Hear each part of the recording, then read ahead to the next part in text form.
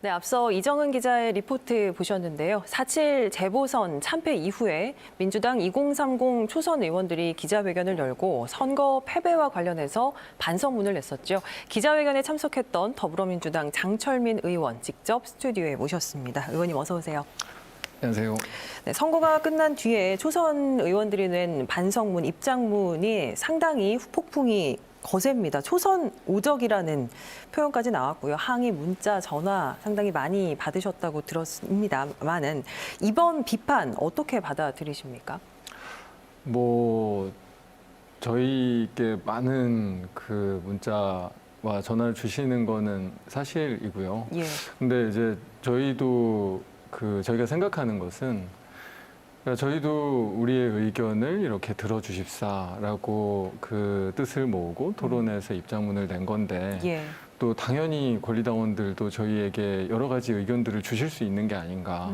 그리고 그 내용들도 이렇게 살펴보면 선거에 대한 굉장히 또 다른 이 패배 원인에 대한 분석들, 예. 이 개혁을 추진해야 되는 여러 가지 과제들, 이런 우리가 정말로 생각해 봐야 되는 이 이슈와 현안 문제들에 대한 의견들도 상당히 많습니다. 그래서 물론 좀 개중에는 굉장히 거친 것들도 있긴 하지만요. 예.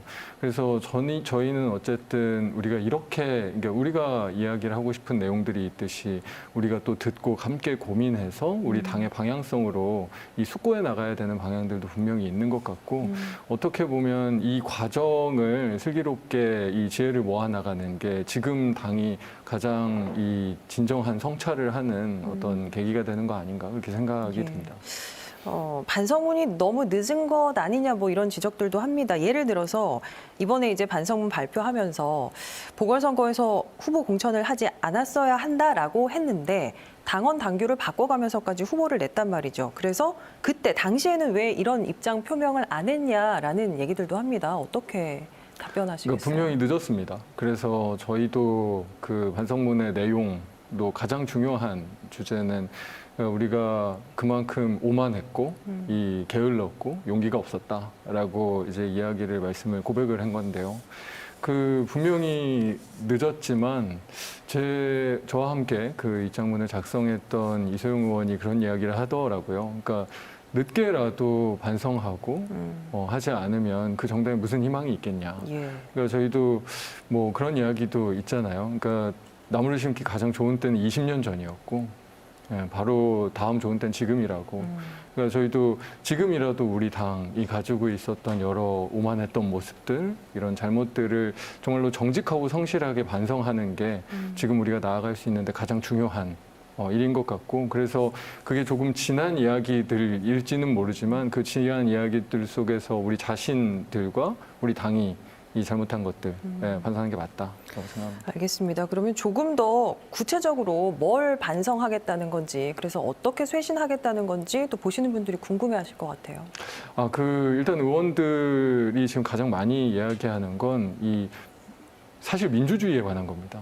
그러니까 일종의 이제 지도부가 결정된 내용들을 그대로 따라간다든지 예. 아니면 또 민주주의가 꼭 당내만 있는 건 아니니까요. 우리가 국민들의 의견들을 충분히 듣지 않고 우리의 판단으로 그냥 한다든지 이 두 가지를 쇄신하지 않고 어떻게 우리가 민심을 받아들일 수 있겠냐. 예. 결국 이 당내에서 의견들의 그 의견을 모으는 이 소통에 대한 제도와 분위기를 제대로 만들고 우리가 더 이 국민들의 의견들을 경청하는 실천들을 할 때에만 쇄신이 가능하다.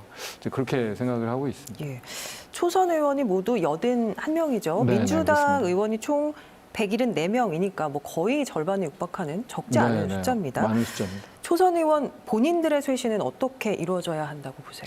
지금 그래서 저희가 오늘로 한 지금 세 번째, 네 번째 모임을 갖고 있습니다. 예. 모임을 가지면서 이제 끊임없이 하는 이야기로 모아진 게 방금 말씀하신 우리 일종의 경청의 그 길로 가야 된다.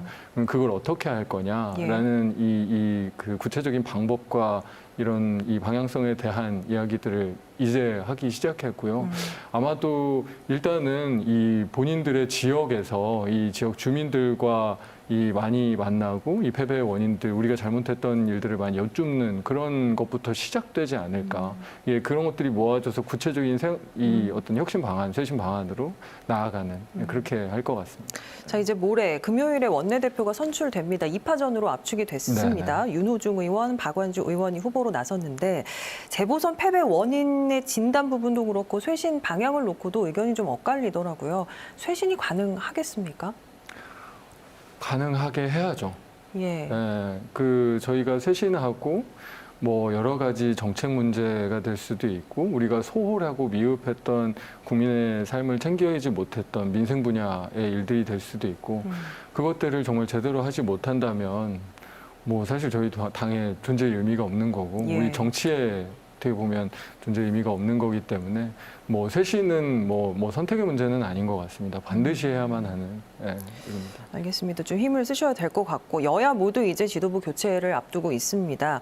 대선까지는 1년도 채 남지 않았고요. 여야 할 것 없이 지역 의원들도 이제 움직이기 시작할 텐데요. 원내대표 선거 전에도 그렇고 충청의 정치 지형 어떻게 변할 걸로 보세요? 마지막으로 질문 드릴게요. 저희 그 민주당 원내대표 후보로 그 박완주 의원이 이제 충청권 출신으로 지금 후보로 뛰고 있는데요. 예. 저는 매우 긍정적인 의미를 가지고 있다. 우리 충청에 있어서는 특히나 앞으로 1년 대선 과정이 남아있지 않습니까? 예. 그 과정에서 우리 충청 지역의 발전 어젠다가 소홀해지지 않는 이제 그런 의미를 충분히 가질 수 있기 때문에 우리 충청권 의원들이 여야 모두에서 이 뭐 원내 당 지도부로 아니면 대선 후보로서 움직이는 게 우리 지역으로서는 정말 소중한 일이다라고 생각합니다. 알겠습니다. 오늘 말씀 여기까지 듣겠습니다. 민주당 장철민 의원과 말씀 나눴습니다. 고맙습니다. 네, 감사합니다.